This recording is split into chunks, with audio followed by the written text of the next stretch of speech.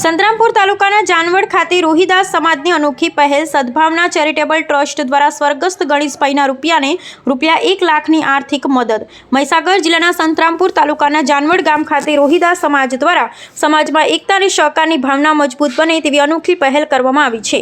સંતરામપુર તાલુકાના જાનવડ મુકામે સ્વર્ગસ્થ ગણેશભાઈ નાઉની 13માની ક્રિયા દરમિયાન સમાજના આગેવાનો, સગા સંબંધીઓ તેમજ ગ્રામજનોની હાજરીમાં સદભાવના ચેરિટેબલ ટ્રસ્ટના સભ્યો દ્વારા એક મહત્વપૂર્ણ મુહિમ હાથ ધરવામાં આવી હતી।